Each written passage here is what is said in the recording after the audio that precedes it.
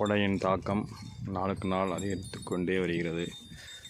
தண்ணீரே இல்லாத இந்த குட்டையிலே சேற்றிலே அழுந்தி ஆநிரைகள் கோமாதாக்கள் தண்ணீர் குடிக்க முயல்கின்றன.